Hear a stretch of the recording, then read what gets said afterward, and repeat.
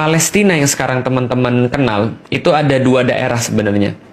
Yang pertama adalah daerah West Bank atau tepi barat Sungai Yordan, yang itu cenderung lebih aman. Dan satu lagi adalah wilayah yang namanya Gaza, yang teman-teman tahu bahwa Gaza itu sekarang dipimpin oleh yang namanya Hamas, gitu ya.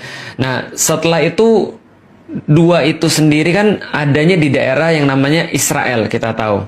Nah, kita nggak apa-apa, kita punya pandangan dulu tentang itu, tapi saya akan sedikit sharing ini, insya Allah nanti akan membuat teman-teman paham tentang gambaran besarnya seperti apa.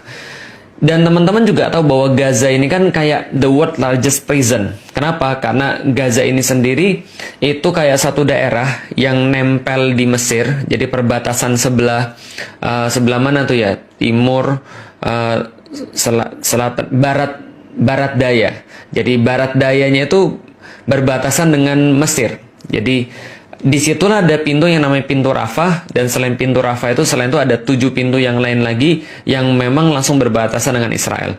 Sementara yang sebelah barat itu dia berbatasan dengan Laut Mediterania. Jadi memang Gaza ini ketutup dari manapun. Dia kayak disebut the world largest prison, dan benar-benar hidup mereka itu terkunci dari arah mana saja, sehingga pernah mereka diboikot listrik, air bersih juga susah di sana, dan mereka juga kesulitan dengan segala macam fasilitas, tapi somehow mereka tetap bisa survive, yaitu adalah pertolongan Allah Subhanahu wa taala. Itu adalah Gaza. Dan Gaza ini sendiri terletak di satu wilayah lagi yang dikenal sama orang-orang disebut dengan Palestina. Jadi Palestina ini apa nanti juga akan kita jelasin. Dan di situ ada satu kota yang sangat penting bagi 3 agama yang disebut dengan bahasa internasional sebagai Yerusalem. Kalau orang-orang Muslim mungkin lebih mengenalnya dengan nama Al-Quds, gitu ya. Jadi Al-Quds, atau orang-orang yang di internasional menyebut Yerusalem.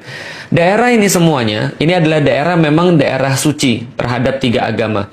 Pertama, agama Yahudi, mereka menganggapnya ini adalah agama yang suci. Karena kenapa? Karena ini yang disebut dengan tanah terjanji bagi mereka, yang mereka ambil daripada kitab-kitab suci mereka. Jadi ini adalah tanah terjanji yang dijanjikan oleh Tuhan kepada orang-orang Yahudi atau Bani Israel. Sedangkan bagi orang-orang Kristen atau orang-orang Nasrani, ini juga menjadi tempat yang suci bagi mereka, karena disinilah letak Yesus mengadakan perjamuan terakhir sebelum dikhianati oleh Yudas Iskariot. Itu kepercayaan mereka. Dan disinilah juga ada tempat yang namanya Bukit Golgota, yang mereka yakini sebagai tempat penyaliban Yesus Kristus. Walaupun tentu orang Muslim keyakinannya berbeda, tapi ya kita cuma cerita kenapa sih tempat ini jadi sebuah tempat yang disucikan oleh 3 agama. Yang pertama adalah karena orang-orang Yahudi menganggapnya sebagai tanah terjanji. Yang kedua, orang-orang Kristen atau orang-orang Nasrani menganggap ini adalah sebagai tempat yang merupakan tempat terakhir perjanjian Yesus, perjamuan terakhir Yesus, lalu juga tempat disalibnya Yesus Kristus. Sedangkan bagi orang Muslim, kita sudah tahu bahwa tempat ini menjadi kiblat pertama kaum Muslim, yaitu adalah Masjidil Aqsa itu sendiri. Maka di dalam Al-Quran Allah mengabadikan semuanya ini, betapa penting kaum Muslim ini terhadap daerah yang kita sebut tadi, dengan sebuah ayat yang disampaikan oleh Allah dalam surat Al-Isra. Subhanalladzi asra bi abdihi lailam minal masjidil haram ilal masjidil aqsal ladzi barakna haulahu.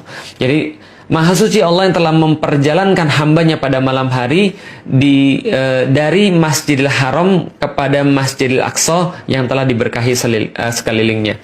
Dan Rasulullah sendiri berpesan kepada kaum muslimin, kalau kalian itu jangan bersusah-susah untuk pergi kecuali ke 3 tempat, yaitu adalah Masjidil Haram, Masjid Nabawi, dan Masjidil Aqsa. Dan dalam banyak hadis-hadis yang lainnya, Rasulullah Shallallahu Alaihi Wasallam senantiasa menggarisbawahi pentingnya, indahnya, bagusnya, berartinya Masjidil Aqsa bagi kaum muslimin. Maka ini adalah menjadi sebuah tempat yang sangat penting bagi 3 agama di dunia.